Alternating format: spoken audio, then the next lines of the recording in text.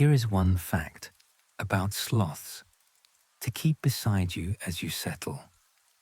Underwater, a sloth can hold its breath for about 40 minutes, longer than a dolphin, then rise without hurry, as if time itself remembered to go gently.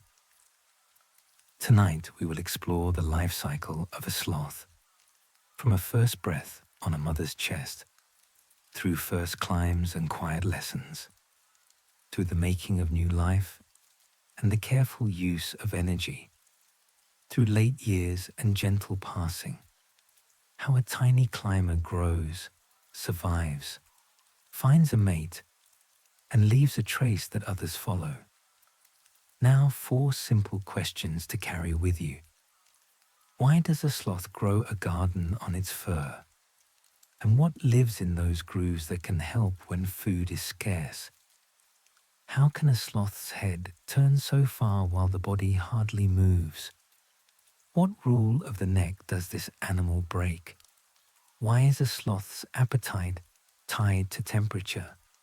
And finally, why would a river be a shortcut for an animal that barely walks? We will move gently through these questions and many more, including how a life like this leaves the forest changed. For now, keep your place on the safe branch. The night holds the path from one steady bough to another, and the answers will arrive in their own order. Welcome to Boring Animals for Sleep. Soft storytelling and true facts, so your mind learns while your body rests. The forest breathes like a sleeping animal. A newborn clings to a mother's chest, fur to fur, the small face hidden beneath her chin. The world is all sway and heartbeat and the soft scrape of claws against bark. Milk is warm, rain is warmer, and the first lesson is balance. Keep the chest, keep the branch, keep the quiet. Tonight begins with touch. The mother moves a few careful steps and stops, then moves again. She lifts a leaf and lets the baby taste the edge, not to finish it, but to remember it. Another leaf, similar veins, different scent. The baby presses its mouth and learns a map it will carry long after it lets go. How long will that ride last? And how exactly does a taste become a habit? The trees keep that answer for later.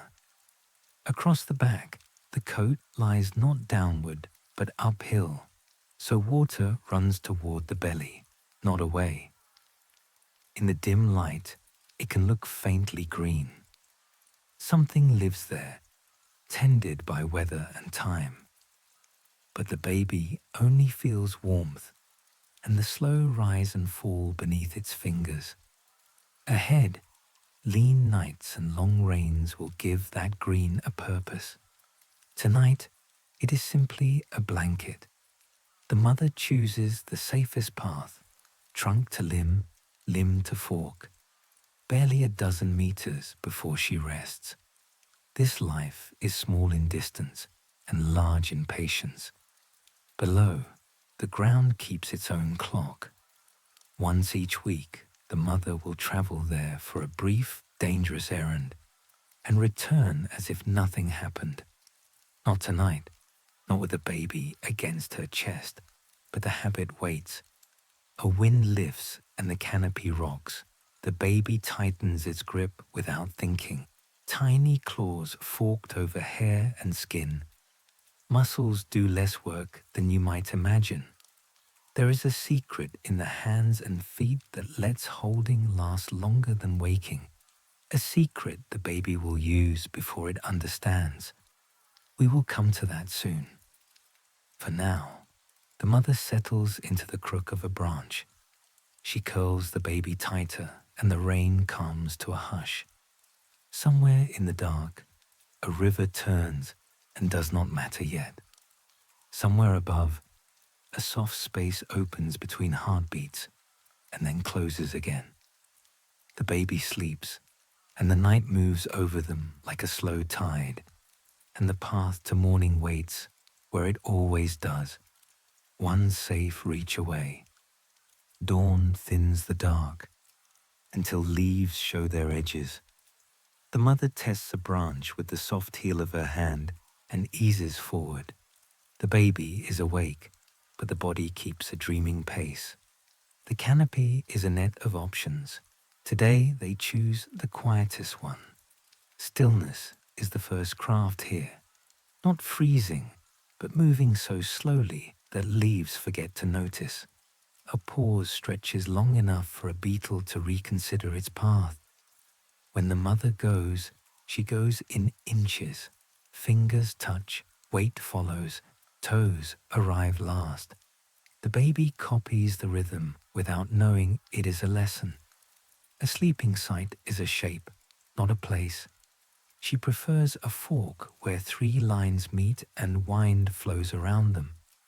The branch has a memory of holding her, and she returns to it often. Some trees keep safer secrets than others. Bark that grips, shade that breaks the outline, angles that hide from the sky.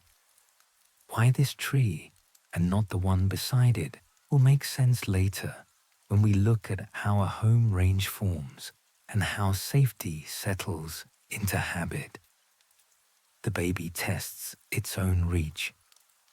A hand leaves fur, finds bark, hesitates, and holds.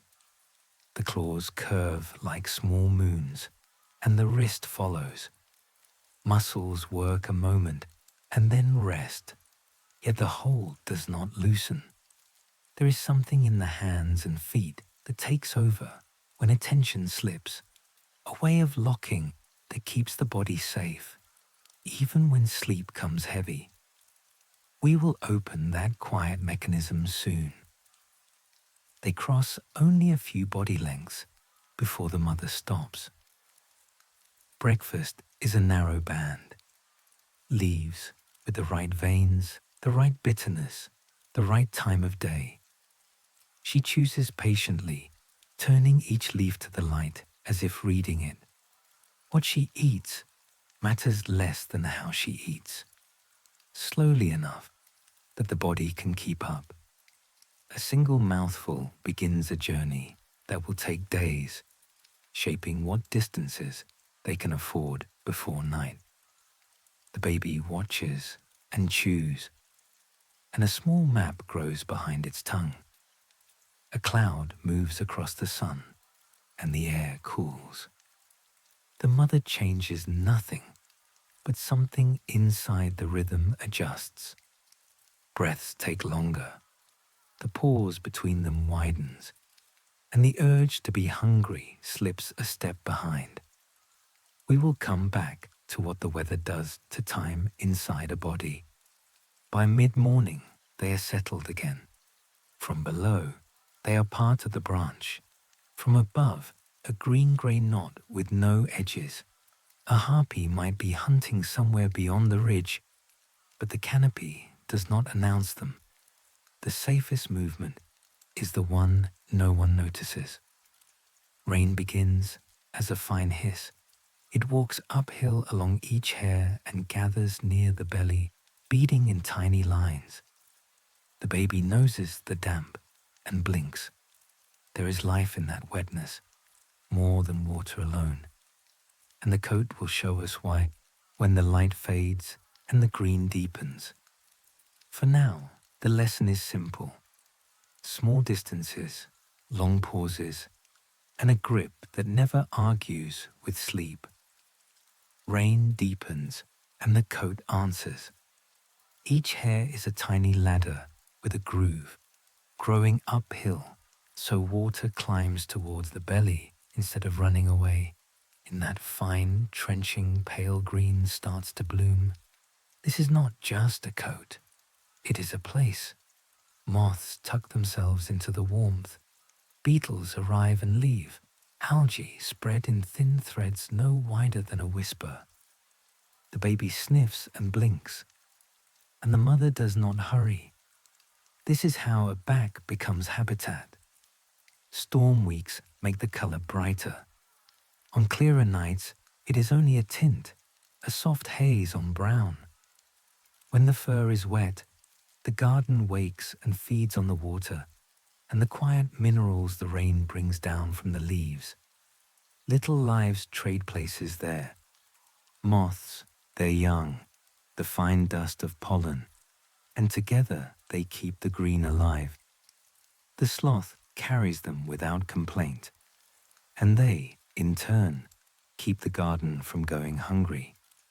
A moth lifts and settles again, near the belly where the water lines meet. Once a week, the mother will climb to the ground for that brief errand. The canopy prefers not to witness. When she does, some of these moths will follow to lay eggs in the soil. Later, their young will return to the fur, bringing with them what the garden needs. The baby knows none of this, only the smell of rain and the steady rise and fall beneath its hands.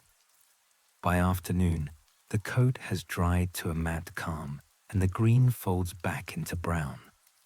The mother takes a few careful bites. The baby mouths a leaf and then the tips of a few hairs, tasting what the rain left behind. It is a small taste, nothing more. But the question lingers. On nights when leaves are scarce, does this traveler use the garden it carries? From a distance, the pair disappear into bark and shadow. Up close, the grooves catch the light like tiny riverbeds, all running the wrong way, all leading home. The design saves water, softens outline, and gathers life against the skin. A back that shelters is ordinary. A back that farms is something else. A wind slides through, and the air loses its softness. The mother pauses, and within her the rhythm changes. Breaths lengthen, hunger takes a step back, and the body chooses a slower clock. If weather can do that to appetite and breath, what will it do when the night turns cool and the rain stops? Evening thins the light, and the air cools a little. The mother shifts her weight once, then grows quieter than before, as if the forest had asked for silence and been obeyed. Inside her chest, the space between heartbeats widens. Breaths arrive like slow waves and leave without hurry. Warm nights wake hunger. Cool nights loosen its hold. This body does not fight the weather so much as travel with it. When the canopy holds heat, the engine inside turns a little faster and the search for leaves feels worth the climb. When mist settles and the temperature falls, the engine idles low. Appetite drifts back, and the distance between one mouthful and the next grows gentle and long. The baby presses closer and follows the rhythm, without knowing it is there. What is eaten now will not become useful for days. The stomachs work at the pace of patience, and the old leaves insist on being persuaded, not rushed. Every choice tonight has tomorrow folded inside it, a smaller route, a later start, a safer place to sleep. Wind slides through and quiets again.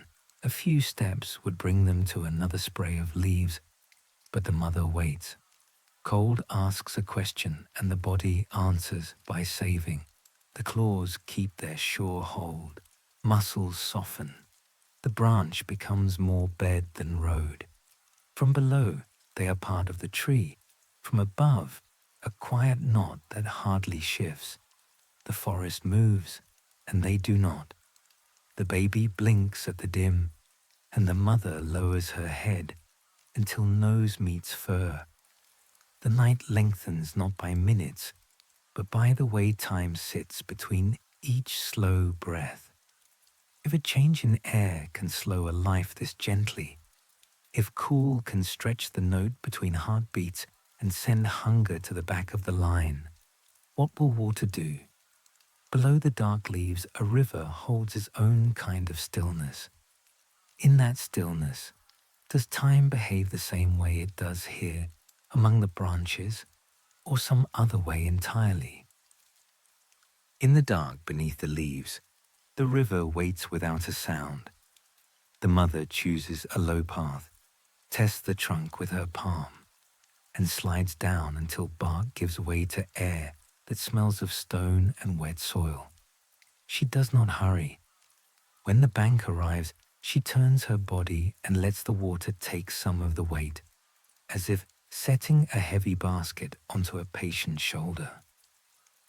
In water, nothing has to be lifted. The body floats, the claws stop being hooks and become quiet paddles, and the long arms write slow circles that move more than they seem to. Buoyancy does the carrying that legs would have to do on land. A gentle current adds its part, and the distance that would tire the body in the understory becomes easy here. This is why the river is a shortcut. Time changes too. The heartbeat steps down another stair, and the space between breaths grows long and steady. Lungs hold enough for long work. The engine inside idles so low that the minutes stretch thin. A sloth can remain underwater for around 40 minutes and come back as if nothing urgent has happened, the way a tide returns to a shore it knows by memory. The coat accepts the water and releases it. What was green a few hours ago darkens and slicks flat. Then beads form and slide away as the animal climbs out again, light as a shadow. The baby watches from the mother's chest, pressed close, making no sound at all. They pause on a low branch to drip and listen, and the river keeps its promise, giving distance for free. From here, the path is shorter. A few pulls across, a branch like a bridge, a rise into leaves that hide them from everything except the rain. Behind them, the surface closes as if nothing had crossed. Ahead, the canopy resumes its slow arithmetic of steps and rests. But the water has one more lesson to leave behind. Even when the body is still, the head can search without giving the rest away. Watch how she looks upriver without shifting her shoulders. How the eyes travel farther than most while the spine remains quiet. There is a small exception in the bones of the neck that makes this possible, a change most mammals never made. We will come to that when the night is deeper and the forest is ready to explain. Night gathers and the canopy holds its breath. The mother settles where 3 branches meet and becomes a knot of shadow. Only the head moves. It glides past the shoulder and keeps going, farther than most bodies would allow. The eyes tracing a path the rest of her refuses to follow. Most mammals share a rule in the neck: 7 bones, a narrow arc, a body required to turn if the gaze wants more. This animal does not keep that rule. Extra bones let the head drift in a wide, patient circle without asking the shoulders to speak. Tendons stack like quiet ropes. Muscles choose their moments. From below, nothing seems to shift. From above, the face inspects the dark like a lantern turned by an unseen hand. This is how you look without being seen. The ears take the first messages. Leaf touch, wing flick, a branch releasing rain. The eyes work slow, making edges out of almost black, measuring the open air between here and the next grip. A harpy could be ghosting the ridge on folded wings. A jaguar could pass underfoot without a sound. The safest choice is to let the head search while the body forgets to exist. The baby studies the lesson the way it studies leaves. By doing, its chin lifts. The small mouth opens and closes. The eyes practice a long, careful arc. The body, still new to balance, obeys the older law. No sudden moves. No noise to teach the forest your name. A twig falls somewhere and does not matter. The head returns to center. The body is still a rock in a slow river. When the wind shifts, she looks through it rather than into it, as if the current itself could carry scent. The circle of her view takes in a crossing branch, a strip of pale lichen, a space where fruit might appear later in the season. Nothing asks for speed. The map is redrawn at a pace that keeps the heart low and the outline unbroken. Below, the path she used earlier to reach the river lies quiet. Above, new leaves are finishing their curl and will be ready in a day or two. She notes both without moving. The baby blinks and tucks its face into the fur, then peeks again. Learning the canopy is learning where to look and how long to wait. Soon, there will be a different kind of lesson, one that does not fit on a mother's chest.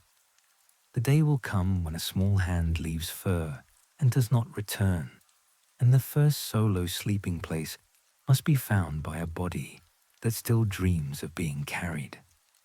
But not yet. Tonight, the neck keeps its circle, the eyes keep their lantern, and the forest pretends it isn't watching. Morning returns with the soft glare through wet leaves. The baby is not quite a baby now. It rides but less, reaches but more. A hand leaves the mother's fur and stays on bark a heartbeat longer than yesterday. Then another. The space between holding on and letting go grows just wide enough to fit a new life. There comes a morning when the ride ends, not with drama, only with distance.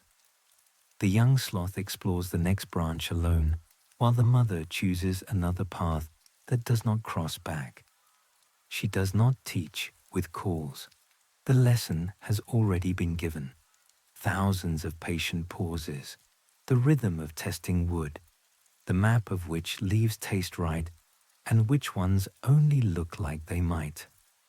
The youngster carries those answers in its mouth and hands. That is how long the ride lasts, until the body can remember without touching. First order of business is a sleeping place. The fork that held two now holds one, and a new crook must be found that fits a smaller weight. Wind speaks around the edges of the leaves. The young one listens for a pocket of air that quiets rather than pushes. A bend of branch, a curtain of vines, a patch of lichen that breaks the outline. This is enough. The sloth settles and learns the sound of its own stillness. Rain gathers and then decides to fall. Alone for the first storm, the youngster tightens its grip and lets the coat do its work. Water travels uphill along each hair and beads beneath the belly. The tint of green is paler here, the garden not yet grown, but the shape of the future is present, grooves that will host the small lives that keep other small lives alive. The lesson is clear without words. Patience and design do more than strength. By afternoon, hunger asks for a plan. The young sloth follows the remembered menu, choosing leaves with the right veins and the right bitterness, turning them to the light as it has seen done. One mouthful begins a slow journey that will set the size of tomorrow's map. Distance remains small, safety remains large, and the day becomes a loop of testing, tasting, and waiting for the branch to become a bed again. Night brings voices the youngster has not named yet, a bird that hunts by ear, a cat that passes like a thought. Stillness is the answer to both. The neck turns in its wide, patient arc. The body refuses to announce itself. Somewhere not far away, another sloth moves in a different rhythm, longer limbs, other habits, a face not quite the same. They share the trees, but not the family tree. The youngster senses only that someone else is there. When the rain thins, a breeze slides through and leaves turn their lighter sides upward. The new sleeper keeps its place until the urge to shift fades. Tomorrow will ask for another safe fork and another careful meal. Soon the forest will ask a new question the young one has not heard before, the kind that changes the map and the pace at once. It has to do with company and with finding it at the right time.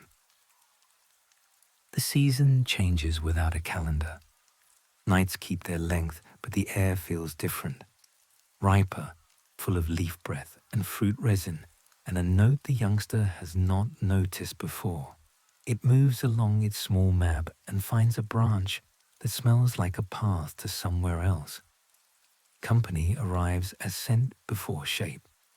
A trail hangs in the air, light and certain, and the body pays attention without being told.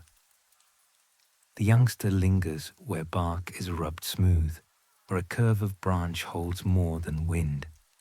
A soft sound carries, half call, half question, then fades. No rush follows. The forest prefers things to happen at the speed of patience. When two sloths meet, it is mostly by not colliding. Each knows the routes the other prefers. A face appears through leaves, close but not abrupt.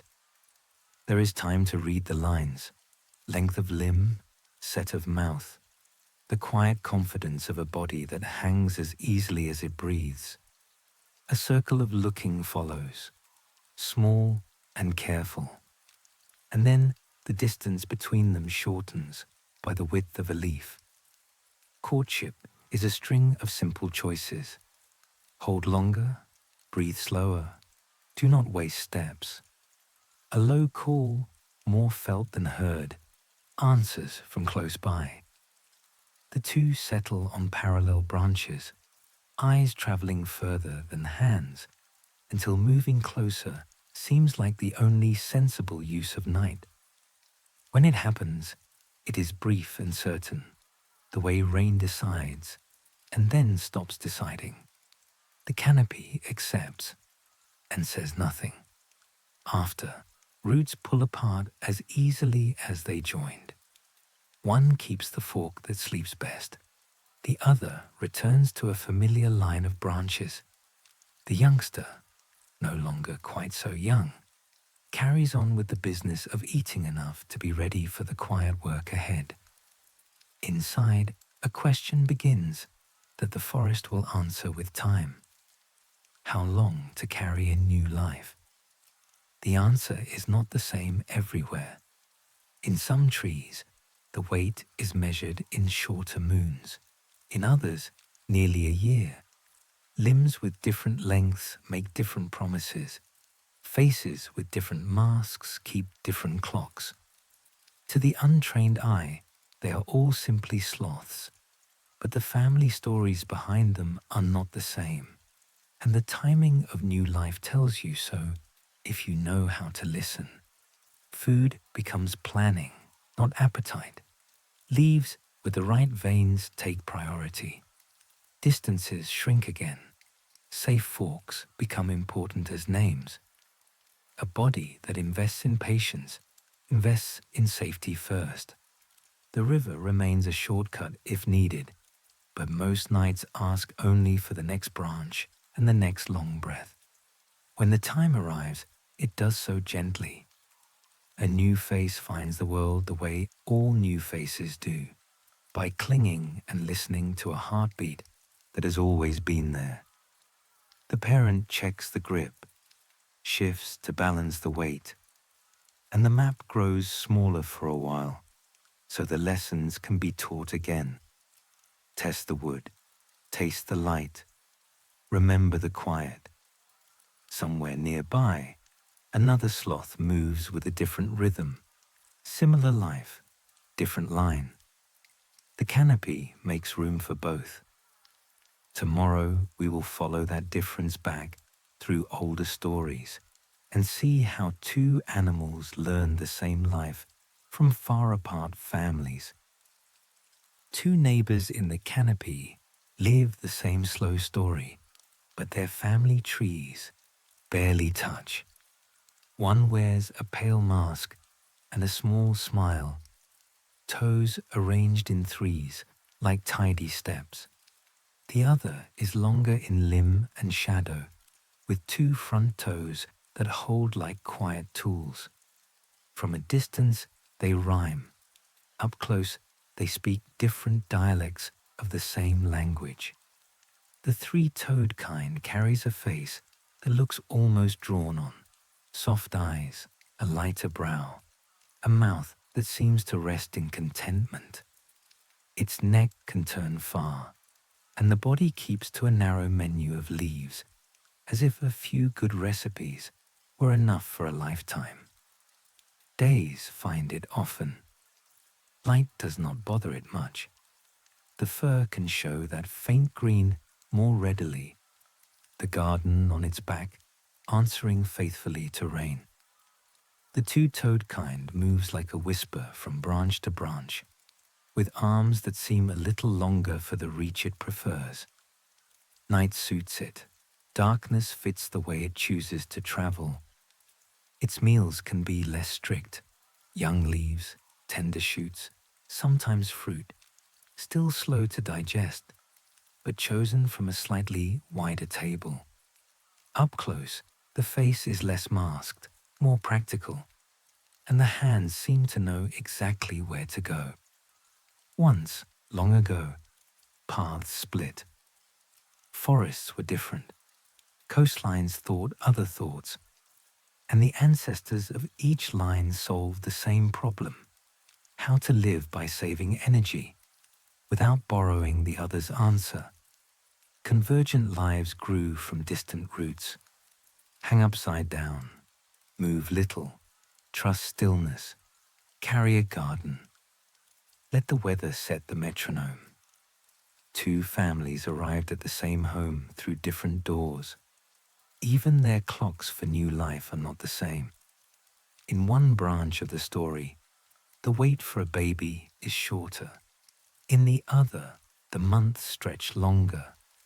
Arms built for a wider swing ask for one rhythm. Bodies tuned to a tighter menu keep another. They meet at the river. They share a path of branches. They greet with the courtesy of quiet, then part into habits that look alike to a hurried eye and different to a patient one. What they keep in common is the work of being unnoticed. Both trust the same invisibility, the algae-tinted coat, the refusal to waste a step, the decision to let a breath finish fully before the next begins. Predators learn outlines. The sloths learn how to erase them. The forest becomes a partner in the trick. Light broken into coins, leaves that hide a shape with one small bend. There are other rules they bend that most mammals keep. Small signatures written in bone and tendon and time. We will come to those before the night is over. For now, it helps to know that the story we are following has two authors. When we say sloth, we are saying two names that chose the same quiet and found the same success in saving. The branch settles. Somewhere ahead, a meal waits that will take days to travel the body, and decide tomorrow's map. Two families share the same patience for that work. The difference between them will matter less than the fact that every mouthful becomes a plan. What happens to a leaf after it is swallowed will tell us how far we can go and when to stop. The leaf that looks small in your hand is a long journey for a sloth. One mouthful is the start of days of work. Chewing becomes patience. Patience becomes a slow river moving through many chambers. Nothing rushes. Everything is persuaded. What begins tonight will not finish until new nights have passed, and the forest has changed its mind a few times about rain and wind. Digestion sets the map. The stomach is a careful archive, sorting fibers from what can be borrowed now, turning rough greens into something a quiet body can live on. Gas moves out slowly, heat is saved, and the engine idles low, so the books stay balanced.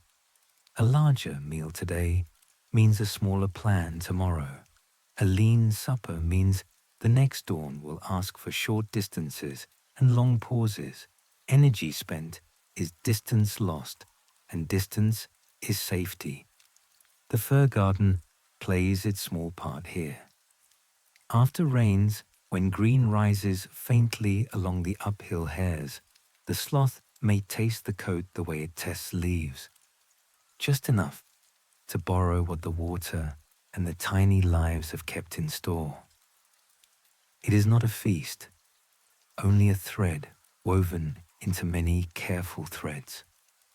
On nights when leaves are scarce, that thread can be the stitch that keeps the fabric from pulling apart. Inside, the work is quiet but precise. Microbes do what teeth cannot, breaking down what most animals would reject as too much effort for too little return. The price of this partnership is time. While the chambers turn and the gut thinks, the body chooses not to spend. Heartbeats stay far apart. Movement stays inside a small circle of familiar branches. The slow becomes a shelter. You can hear digestion in the pace of the day if you know how to listen. A full archive means fewer experiments and a preference for proven trees. A lighter archive invites a little exploration. Even the shape of rest changes. The sloth settles deeper when the stomach is busy, as if sleep could lend a hand to chemistry. From far away, this looks like laziness. From here, it is bookkeeping. Leaves are numbers, steps are costs, and stillness is the margin that keeps everything solvent. When a body is built to win by spending less, even a pause is a tool. The youngster copies all of this without a lecture. It tastes where the parent tasted, favors the same veins, and learns the pace that keeps tomorrow possible. The mouth makes the map. The map decides the miles. There is one more secret that allows such quiet travel. A way of holding that works even when muscles are at ease. Hands and feet that lock without argument can make a branch feel like a bed for hours at a time. We will open that secret next, where tendon becomes answer and effort steps out of the way. The hand looks relaxed, almost careless, but every finger knows the shape of the branch. Claws are only the first part of the answer. Deeper in the palm and along the forearm, cords of tendon lean into their grooves, and a quiet geometry clicks into place. Muscles start the hold, then something simpler and steadier takes over, like a knot that keeps tight even after the rope goes slack. This is how hanging lasts longer than waking. A gentle curl of the fingers draws the branch into the hook of the claw. The wrist follows a narrow path it has traced 1,000 times. The tendons seat and stay. The weight moves from effort to arrangement. A body can rest here without bargaining away safety. Sleep may arrive. The grip does not change its mind. Feet answer the same way, each toe a small crescent, each pad learning the bark by memory. The hind limbs settle with the confidence of tools designed for one job done perfectly. There is no argument with gravity, only a partnership. You hold me. I will not waste what I carry. The branch agrees and becomes a bed. The youngster tests the trick in small pieces. It hangs, then doubts, then hangs again. A moment of muscle gives way to the steadier truth of tendon, and the body believes it.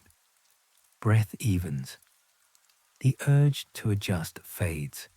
The forest reads the outline and mistakes it for a knot in the wood. This way of holding makes everything else possible. Slow digestion can take its time because hands and feet do not drain the day. Short distances feel enough because rest and travel are nearly the same thing. Even the weekly ground errand will borrow confidence from this log. The climb down, the brief risk, the climb back up. Each step set by fingers that remember before the mind decides. From the path of a harpy above or a cat below, the lesson is simple. A still thing anchored, scarcely exists. Light breaks around it, shadow forgets it. The algae tint softens edges until fur becomes leaf, and leaf becomes nothing in particular.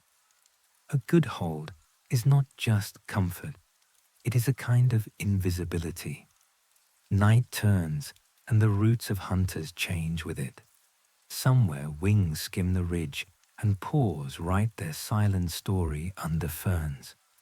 The sloth does not answer with speed. It answers with a grip that refuses to slip and a patience that makes shape optional. To be unseen, become part of what everything else expects to see. Soon we will listen to the forest from a predator's distance and measure how quiet can outlive a chase. For now, the hands keep their promise, the feet keep their counsel, and the branch holds steady under a weight that has learned how not to spend. Clouds thin and the canopy sketches shadows on itself. The safest move now is to let the forest speak first. A wing beat folds and unfolds across the ridge, too wide for a parrot, too deliberate for a bat. Far below, fern fronds whisper without wind. Somewhere between sky and floor, danger draws its lines. The answer to speed is not always more speed. Stillness is a strategy that turns eyes elsewhere. From above, the body is a green-brown knot with no clear edge. The algae tint erases outlines, the way mist erases distance. A branch learns to hide a sloth by becoming it, and the sloth finishes the trick by refusing to disagree. Harpy eagles travel like a decision already made. They do not need many chances. Only one angle, one silent dive through leaves, stitched to hold up the weight of air and talon. The sloth's reply is to be somewhere else, while staying exactly where it is, head turning, shoulders quiet, hands locked, heartbeat soft. To see a thing that does not move, a hunter must be granted a shape. The sloth declines the grant. On the ground, the story is different. Jaguars write in cursive along the understory, each stroke a muscle, each pause a choice. This is why the weekly descent waits for a narrow window. Quick down, quick task, quick back, at a place the map has tested and approved. Even there the code conspires with shadow, and even there the best defense is to remain uninteresting. No noise, no hurry, no reason to look twice. Night birds throw narrow questions into the dark and wait for echoes. The sloth offers none. Its path is measured in breaths, not steps. And the pause between heartbeats becomes part of the camouflage. A creature that barely disturbs the air is hard to draw with sound. What silence cannot erase, patience can. From branch height, the forest is a layered promise. If you move little, you live long. Leaves that take days to become energy match a pace that spends almost none. Muscles stretch, then rest. Tendons keep their vows. The grip holds for minutes that feel like hours. Predators hunt margins, edges, motions, breaks in rhythm. The sloth's margin is the absence of all three. The youngster learns the list without writing it down. Pick the sleeping fork that confuses wind. Choose shade that breaks the face into pieces the eye will not reassemble.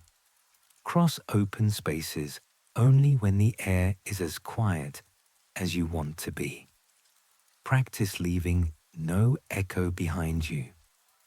The map grows cautious and therefore durable. A gust lifts the top leaves and lets them fall. The world rearranges itself and then pretends it never did. A shadow passes where a wing might have been. The head follows with that long, patient arc and then returns to center. There is no alarm to finish, only a note to keep. Stay part of the branch until the branch forgets to notice. Soon we will step back from this single tree and read a larger page, the small territory that holds all the safe forks and all the known meals, the paths that rhyme from night to night. For now, the lesson is simple enough to sleep beside. When your outline is a rumor and your pulse is unhurried, even a hungry forest can overlook you. A life can fit inside the small set of trees and never feel narrow. The home range is not a fence, but a poem that repeats with small changes. This fork for sleeping, that ladder of branches for crossing, those 3 crowns for meals when the light is right. Steps are few, but they rhyme. Roots are learned by comfort, more than by compass. A bend that met the hand gently once will be sought again. A trunk that caught rain so the bark stayed grippy becomes a favorite in all seasons. The path from one safe fork to another is a string of remembered touches, palm, claw, heel, laid out in the order the body prefers to move. Some places are kept for special use, a notch that drains fast after storms, a cluster of vines that hides the face even when wind tries to pull the leaves apart, a shallow saddle between 2 trees that needs no leap, only patience. The map does not grow wider as much as it grows deeper, each point thick with reasons to return. Smell writes notes the eye can't keep. Where the body rests, scent holds a place in the air that lingers longer than warmth. Where the path turns, a brief brush of fur leaves a memory for tomorrow. These notes are not announcements. They're reminders, silent markers that say, here is quiet, here is safe, here the branch agreed to carry you. At the base of one tree, earth lies bare in a circle no wider than an arm's reach. The bark above it is scratched a little where claws tested the climb. This is the place the errand uses, the brief descent that asks the forest to look away. The choice of this ground is not superstition. The footing is firm even when rain swells the soil. The roots rise like ribs that break the outline of a small body. Scent collects here and does not travel far. A climb down costs the least here. A climb back up wastes nothing. This is why this tree, not the one beside it. The youngster maps all of this step by careful step. Tonight's route is tomorrow's habit if it leads to a full stomach and a safe sleep. If a branch flex too much, it will be avoided. If a leaf prove bitter at the wrong time of day, that crown will be visited later, or not at all. The range is modest, but it is dense with knowledge. In a life built on saving, knowing is the same as distance. From above, the territory looks almost still. From inside it, choices bloom at every reach. A small shift of air can change which fork is best. The glimmer of a new leaf can shorten the night. When the moon is late, the path takes a darker line that keeps the silhouette broken. When wind is early, a lower crossing wins because it moves less.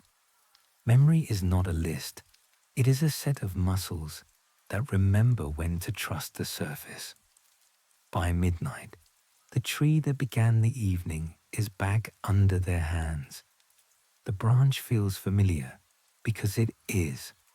Sleep comes easier where the bark already knows the weight it will hold.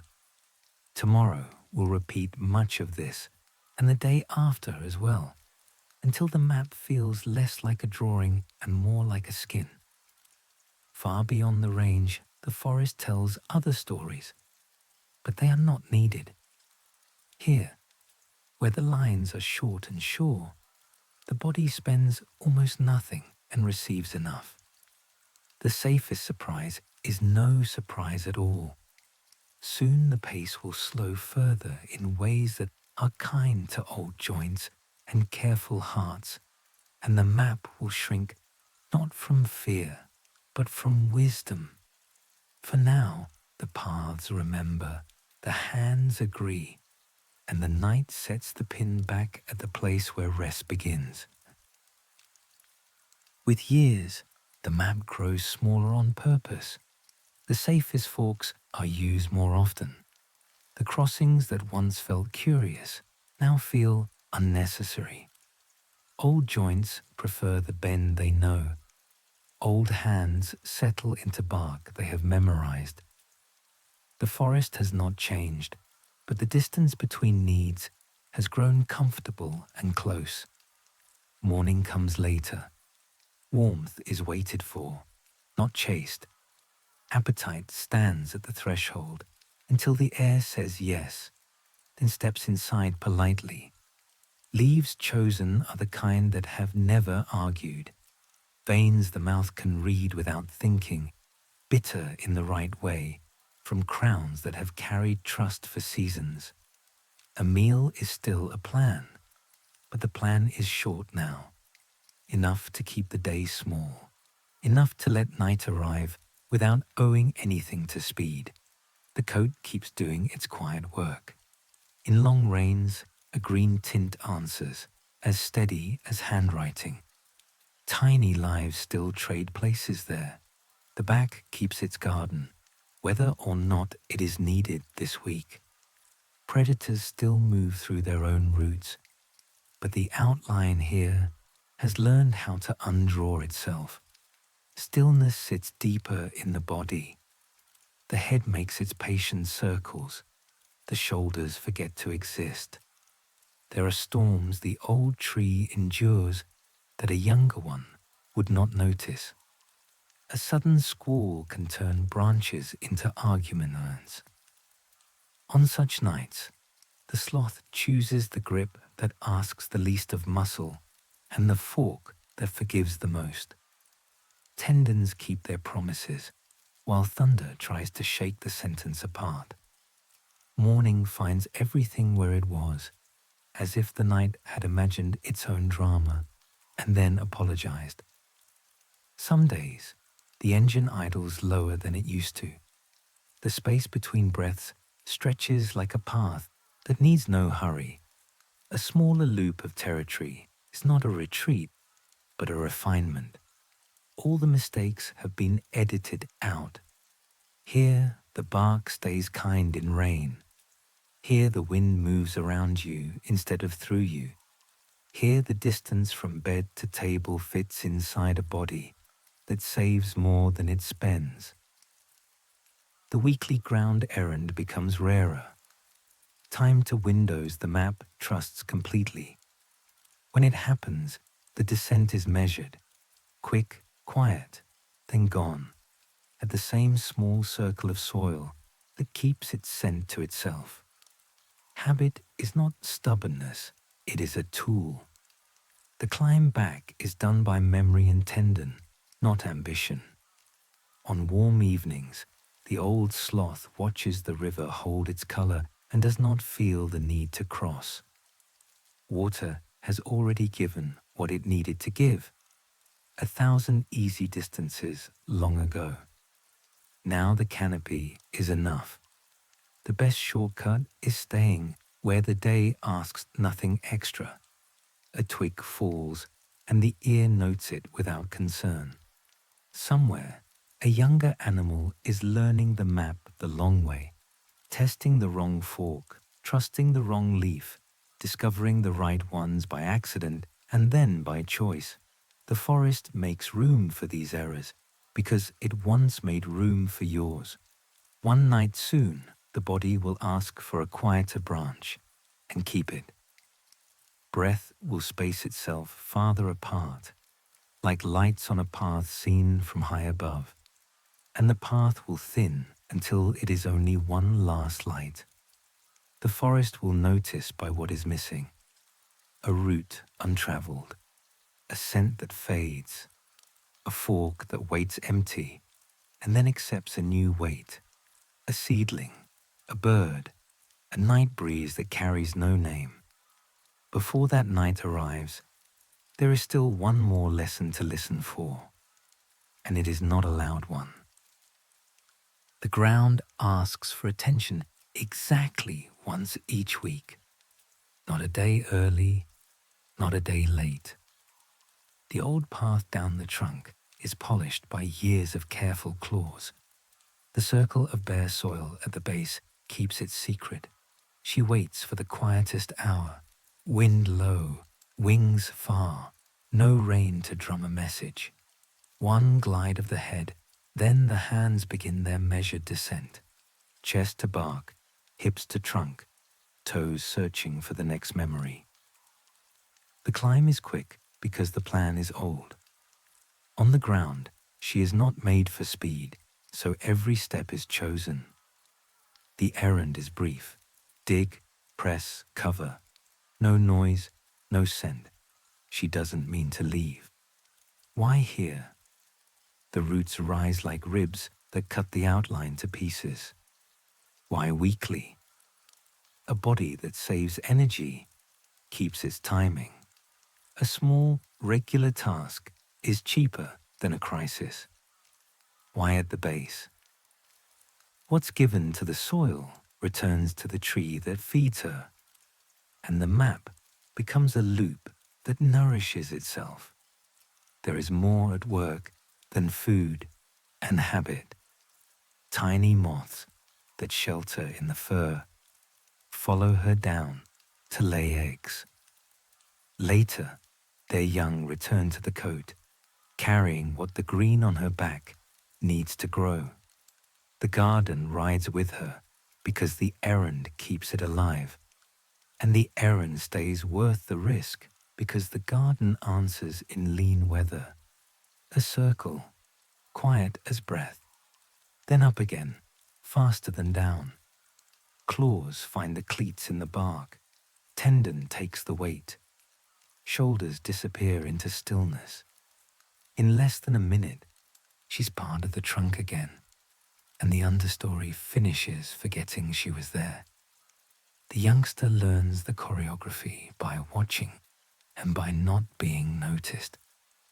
When its own hour comes, it will choose the same tree and the same bare ring of earth, because the footing is honest there, and the climb back is on a slope the hands have practiced. Maps repeat what works. One question remains as night gathers. Does every life end near the fork it knew best, or do some return to a remembered bend in the river before the last long rest? The forest has seen both. Our path turns gently toward that answer next. The map is small now, trimmed down to kindness. Warmth is waited for. The safest fork is used twice, then again. Tonight, the air holds the faint scent of wet stone, and the slow bend in the river sounds like something remembered more than heard. The branch that has always been enough is enough again. Yet the head turns downstream, as if greeting an old door. Not every life circles back before the end. Many finish where they have always slept, quietly, in a cradle of wood that knows their weight. But this one unhooks with care and follows the low path. Bark turns to earth, earth to bank, and then the water takes some of the weight the way it always has. Patient, sure. The strokes are small, the current kind. A distance that would argue on foot becomes easy here. On the far side, a climb the hands remember. Tendons take over where muscle would tire. Claws place and settle. The body spends almost nothing. Above, a fork waits that fits like a thought returning. The garden in the fir is faint this season, but the coat still answers the dark with that soft tint that melts an outline. Wind steps around, not through. The head draws one last patient circle, then lets the shoulders forget to exist. Breaths take their time. The space between them grows wide, like lanterns along a path seen from high above. The engine inside idles lower than any day has asked it to before. There is no alarm to silence, only the familiar bark under the heel of the hand, the old agreement between weight and wood. Somewhere a night bird writes a thin line of sound into the dark and lifts the pen. If there is grief here, it keeps its voice. A root goes unused. Scent fades from a sleeping fork. The small lives in the coat return to the world they borrowed from. Rain carries what is left to the grooves in the bark and the thin soil at the roots. Ants find a task. A seed takes courage. A vine chooses a new direction. What held is held in other forms. Morning will see an empty fork that looks ordinary to anyone in a hurry.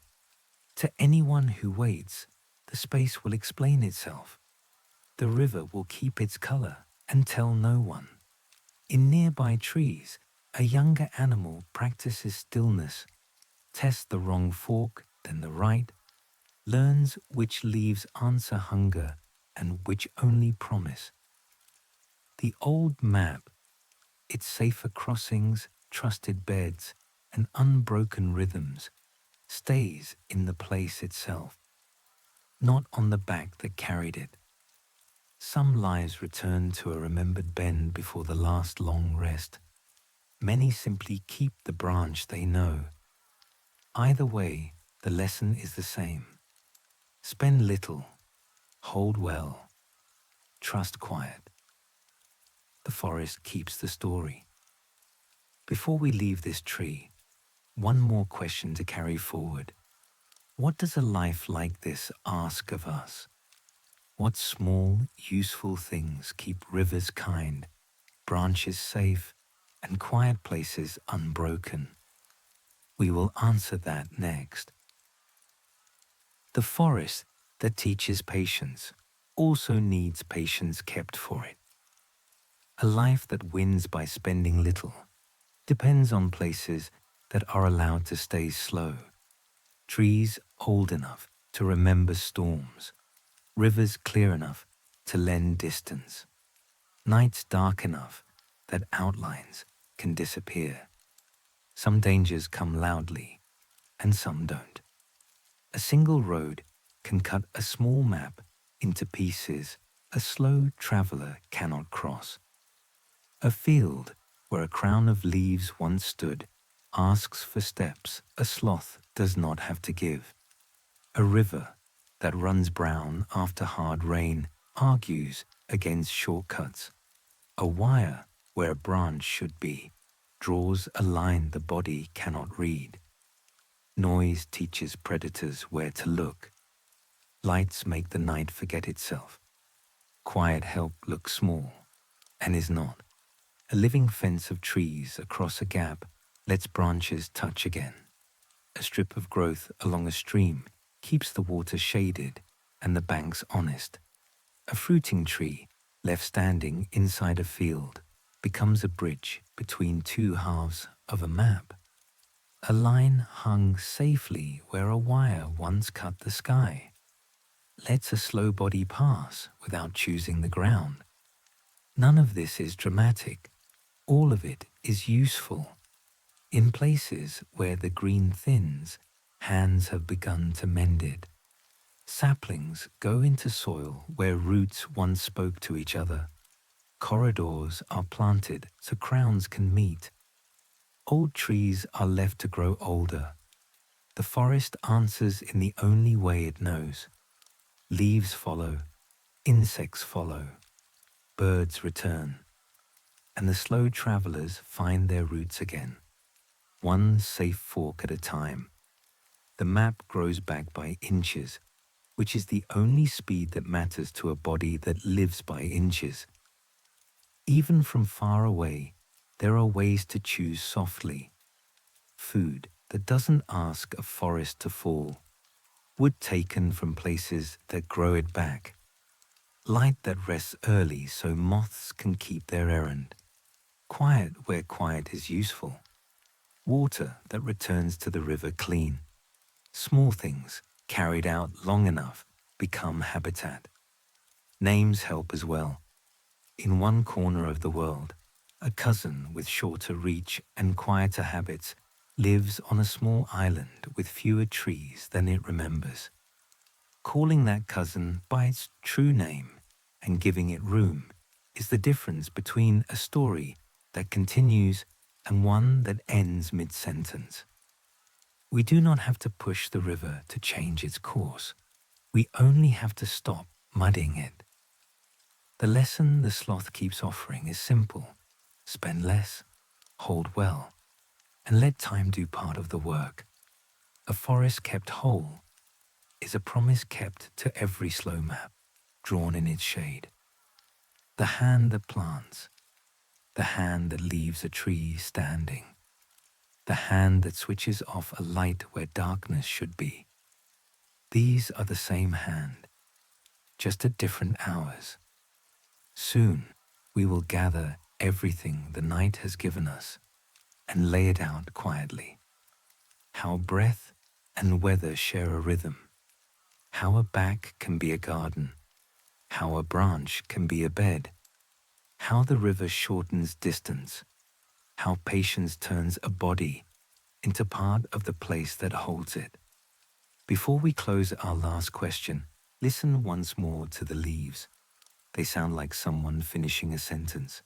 The forest holds its breath and then lets it go. What the night opened, the night now sets gently in place. A sloth can stay beneath the surface long enough for minutes to feel like tide, 40 of them if the body asks. And the river returns the favor by making distance light. Water is a shortcut because it carries weight without hurry. The heart answers by spacing its beats like lanterns along a calm path. Fur that grows uphill turns rain into a keeper of small lives.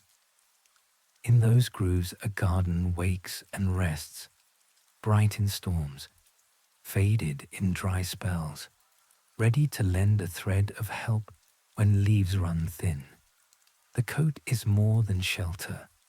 It is a place the sloth carries with it, a quiet exchange between weather and patience. The neck listens farther than most bodies allow.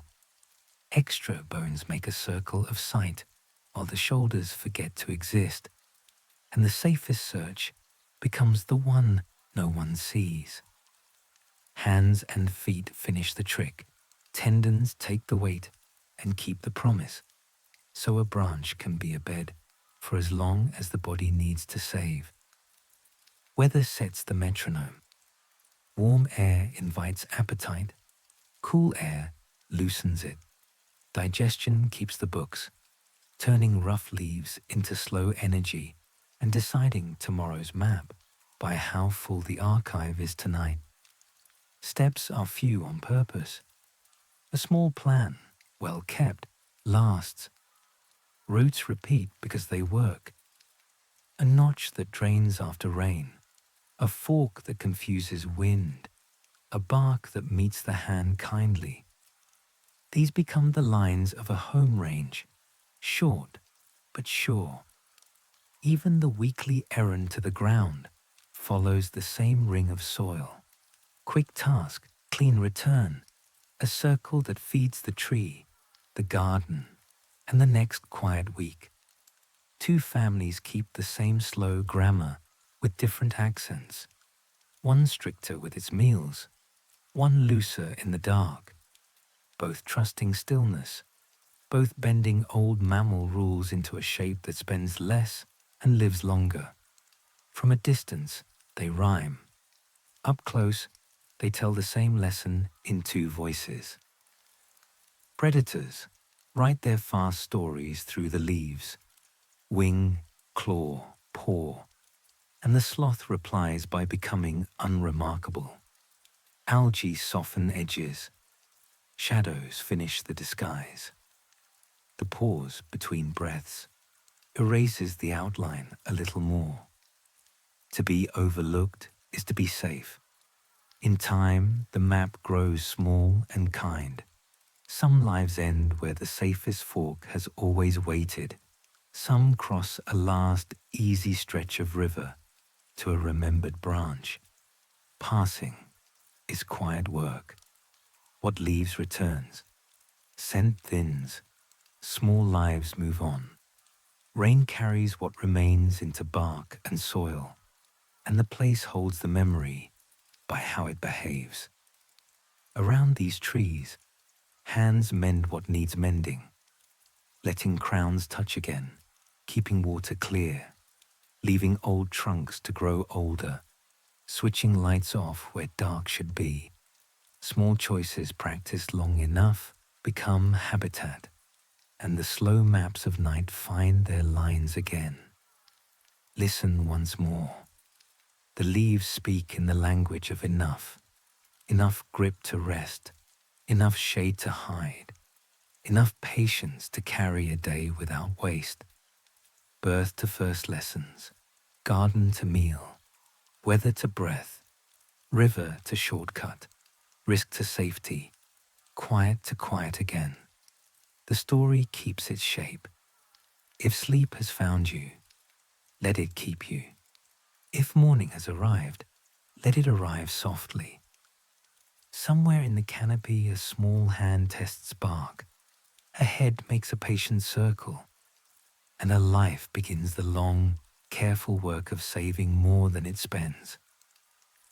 The forest answers, as it always does, at the pace of leaves. Before trees carried slow travelers in their arms, the family of sloths walked the ground in bodies the size of small elephants. Their claws were tools and warnings, and the step of a single foot pressed a story deep into wet earth. Some of those stories are still readable. On an old lake bed in what is now New Mexico, a wide track of prints crosses pale ground. Human feet follow, then overlap, then pause inside the marks of a giant sloth, as if testing the step and measuring the reach. The scene is quiet as a photograph, yet it feels like motion. A stalk, a stop, the sloth turning to face the trackers, then turning away again. The land keeps the sequence like a diary it forgot to hide. Far south, in caves and shelters, bones and dung tell the rest. People and ground sloths shared time, sometimes as neighbors, sometimes as hunters, sometimes only as passers-by, who left signs that layered on top of each other until the centuries pressed them thin.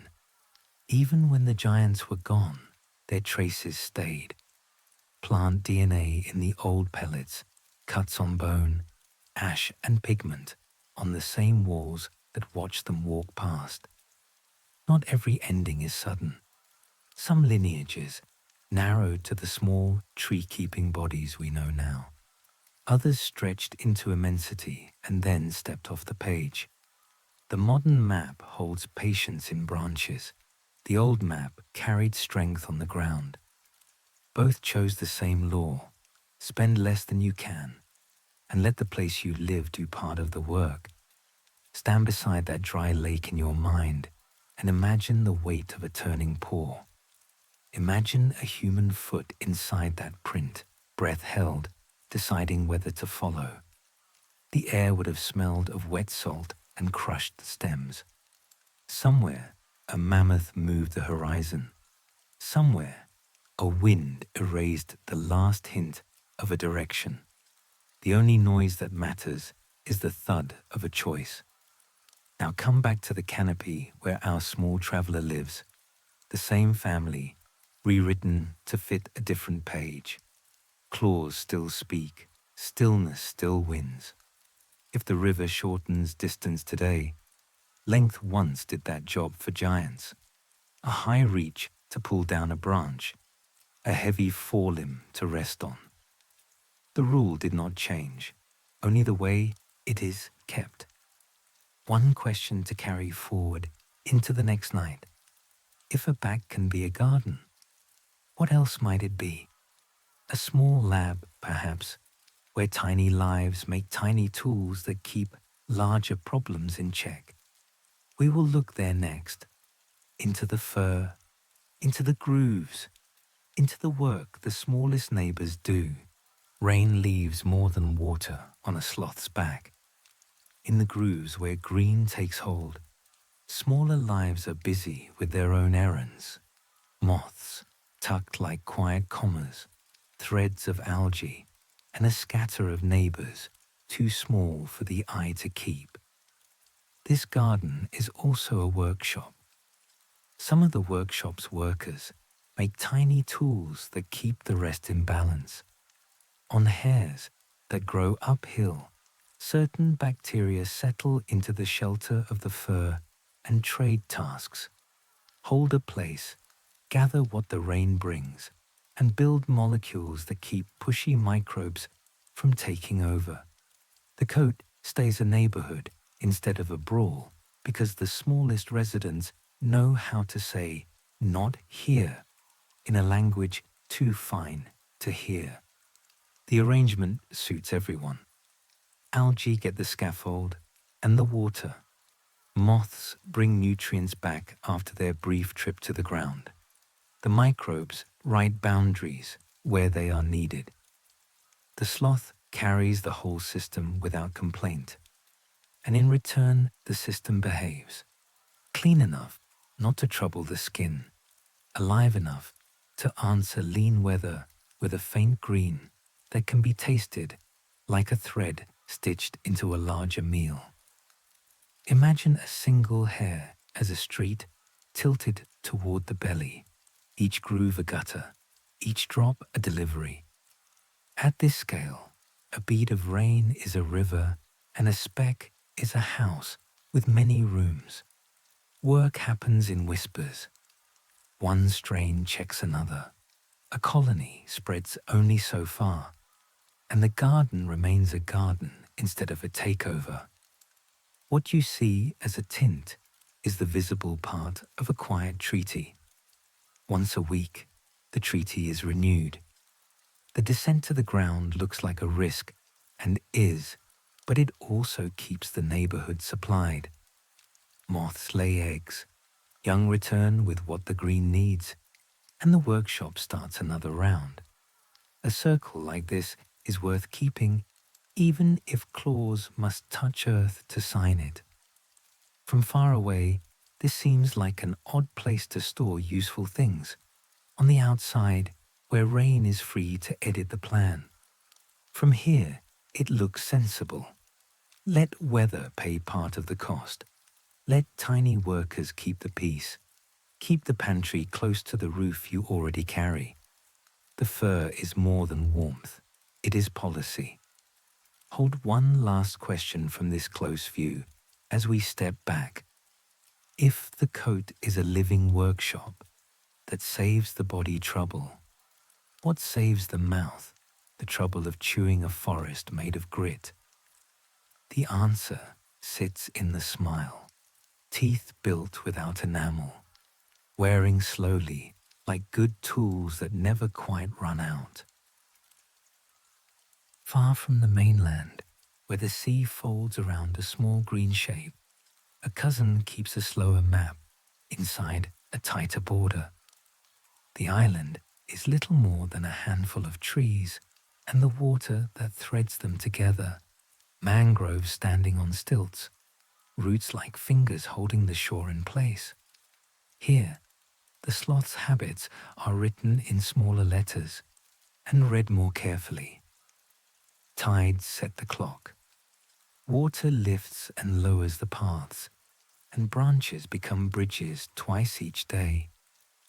Leaves grow close to salt and wind, and the safest beds are chosen not only for quiet and grip, but for how they face the morning and where they sit above the turning water. A short distance is even shorter here. A safe fork is precious because there are so few. This cousin wears the same grammar: stillness, patience, the circle of the head, the grip that keeps its promise. But it speaks with an island accent. The garden on the back answers the rain as always. The river, when it appears, is narrow and brackish, a road the tide borrows. Paths repeat because there is nowhere else to put them. Memory learns every knot in every limb and every gust that arrives without warning. On islands, every choice has edges. A new gap in the crowns cannot be walked around. It must be waited out until growth returns. A single line across the trees is the difference between two halves of a home. Noise travels farther here, and light at night pulls more of the dark away than the day will lend back. What is rare stays rare unless many small kindnesses are made. Hands have begun to make those kindnesses, keeping ribbons of trees unbroken so crowns can touch, leaving old trunks to grow older, letting mangroves keep their slow engineering where land meets sea. A bridge for branches can be as simple as a limb left standing, as small as a fence that keeps a sapling from becoming someone else's firewood. On a small map, a small change is large. The cousin does not announce itself.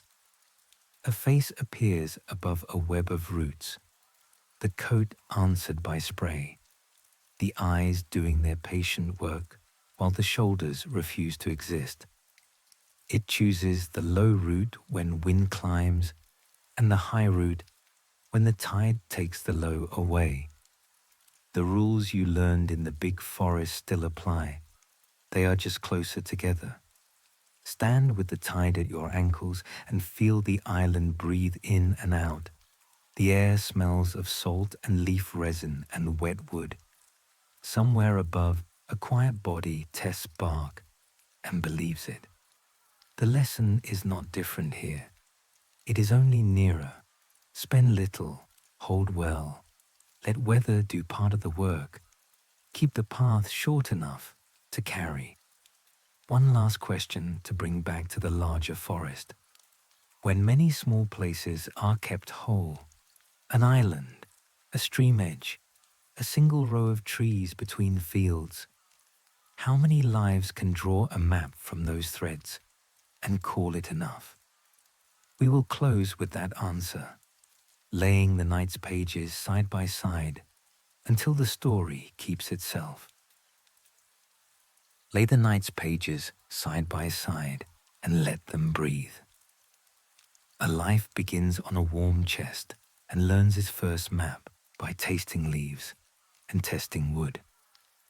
A back turns rain into a garden and a workshop. The grooves holding small lives that answer storms and lean weather. The neck listens farther than most, the head moving in a circle while the shoulders forget to exist. Hands and feet keep their quiet promise, and a branch becomes a bed long enough for digestion to finish its slow bookkeeping. Weather sets the metronome. Warmth invites appetite. Cool air stretches the time between breaths until minutes feel like lanterns strung along a calm path.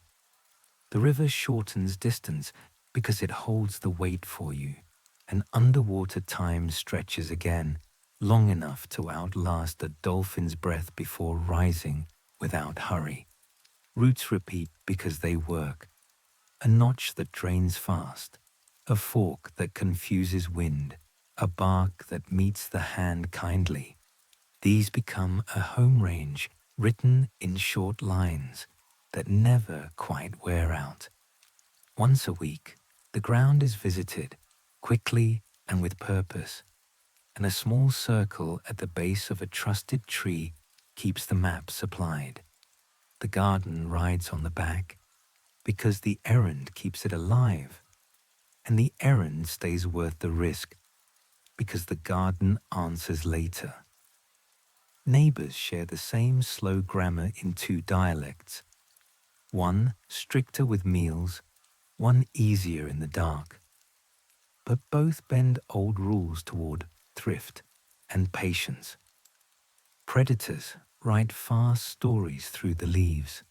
Stillness replies by erasing the outline and letting algae finish the disguise.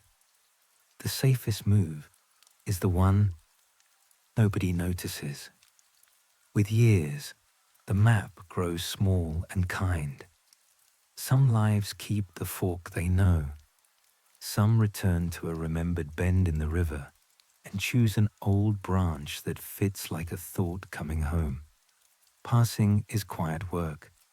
What leaves returns as other forms, scent thinning, small lives moving on, water carrying what remains into bark and soil, until the place itself holds the memory by how it behaves. Around these trees, small choices mend distances, crowns allowed to touch, streams kept shaded and clean, old trunks left to grow older, lights resting early so night can do its work. On an island or a hillside or the edge of a field, a narrow thread of green is enough for a slow traveler to draw a map and call it home. Listen one last time. The leaves speak in the language of enough grip to rest, enough shade to hide, enough patience to carry a day without waste. Birth to first lessons, garden to meal, weather to breath, river to shortcut, risk to safety, quiet to quiet again. The story keeps its shape. If sleep has found you, let it keep you. If morning has arrived, Let it arrive softly. Somewhere, a small hand tests bark, a head makes a patient circle, and a new map begins where this one ends, saved by stillness and carried by leaves. If this kept you company tonight, or through your morning, thank you for spending this time here. If you'd like more quiet stories that teach as you drift, please tap like and subscribe. It helps me, a solo creator, keep making long, careful videos that you can relax to and learn from at the same pace as leaves. I'd love to know where you're listening from. Drop a comment with your city or a favorite forest near you. If there's an animal you want next, tell me that too. Your ideas shape the journeys we take together. Rest well if you're resting. Travel safely if you're on the road. And when you're ready for another calm adventure, I'll be here, turning the page to the next quiet life.